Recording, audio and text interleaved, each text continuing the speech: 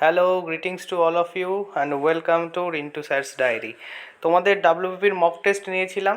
দেখো এখানে 492 জন total mock test দিয়েছে, যার মধ্যে আমাদের মক টেস্ট টুতে পরীক্ষা দিয়েছে 263 জন। 263 জনের মধ্যে যে ফার্স্ট হয়েছে তার নাম হচ্ছে আরিয়ান শেখ।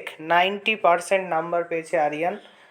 আর দুজন অ্যাকচুয়ালি সেকেন্ড হয়েছে, আর একজন হয়েছে শুভ দাস এবং আরিয়ান শেখ। দুজনেরই স্কোর 77।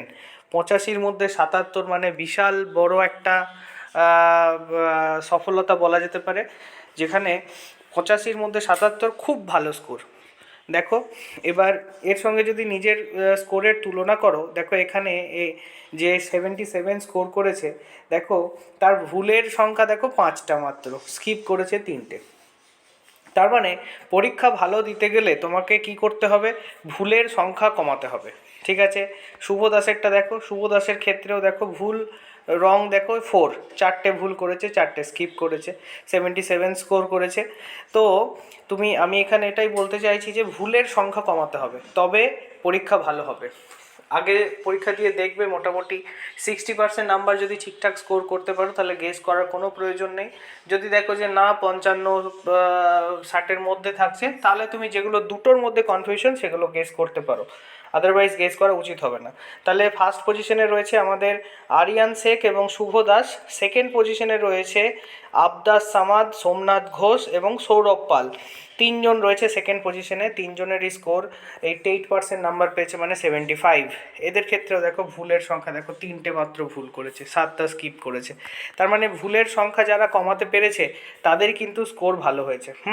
সোমনাথের স্কোর দেখো, সোমনাথের ক্ষেত্রেও ঠিক একই রকম, 5টা মাত্র ভুল করেছে। 85 নম্বর এক্সামে 5-7টার বেশি ভুল করা একদমই যাবে না। সৌরভের স্কোর দেখো, সৌরভের ক্ষেত্রেও দেখো, সৌরভ একটু ভুলটা বাড়িয়ে ফেলেছে 8টা, কিন্তু তাও 2টো স্কিপ করেছে, বাকি 75 ঠিক করেছে। ঠিক আছে, তো এখান থেকে যেহেতু নেগেটিভ মার্কিংয়ের ব্যাপারটা ছিল না, সেহেতু এখানে স্কোরটা এতটা হয়েছে। এবার নেগেটিভ মার্কিং থাকলে গোটা +-5 তো স্কোর হবেই। এবার যদি বলো স্যার এই পরীক্ষাটার কাট অফ কীরকম থাকবে, পরীক্ষাটা যদি অরিজিনালি পরীক্ষায় হতো তাহলে এর কাট অফ মোটামুটি 60%, 60% না, স্কোর 60 থাকতো। ঠিক আছে, 60 মতো কাট অফ থাকতো, তাহলে তোমরা বুঝতেই পারবে যে 60 কারা কারা পেয়েছো। আমি রেজাল্টটা আপলোড করে দিচ্ছি, সেখানে আমি কে ফার্স্ট পজিশনে রয়েছে কে সেকেন্ড পজিশনে রয়েছে এটা বলছি না, তাতে অনেকে ডিসকারেজ হয়ে যাবে। তো ওখান থেকে নিজেরা নিজেদের স্কোরটা দেখে নিতে পারো। হ্যাঁ, 3 নম্বর তাহলে সেকেন্ড পজিশনে হলো আবদাস সামাদ এবং সোমনাথ ঘোষ। ফার্স্ট পজিশনে আরিয়ান শেখ, শুভ দাস। টোটালটাই 263 জনের মধ্যে আমি বলছি। তারপরে দেখো 3 নম্বর পজিশনে আমাদের রয়েছে রাজকুমার প্রধান, যার স্কোর হচ্ছে 74। দেখো এক নাম্বারের ডিফারেন্স। পল্লবী থার্ড পজিশনে রয়েছে, পল্লবীর স্কোরও 73। আর হেনা ফোর্থ পজিশনে চলে গেছে, 84% হয়েছে, 72 স্কোর। তাহলে হেনার স্কোরও খুবই ভালো। তারপরে পীযূষ কান্তি মণ্ডল আছে 83%, পীযূষের স্কোরও দেখো 71। তাহলে অনেকেই আছে যারা 70 আপ স্কোর করতে পেরেছে। তাহলে তোমাদের যেটা করণীয় সেটা হচ্ছে ভুলের সংখ্যা কমাতে হবে, এটা 1 নম্বর কথা। যাদের স্কোর ভালো হয়নি বা মোটামুটি হয়েছে তাদেরকে বলছি। আর যাদের স্কোর খুবই ভালো হয়েছে, 70 আপ আছো, তাদের প্রিপারেশন একদম ঠিক আছে।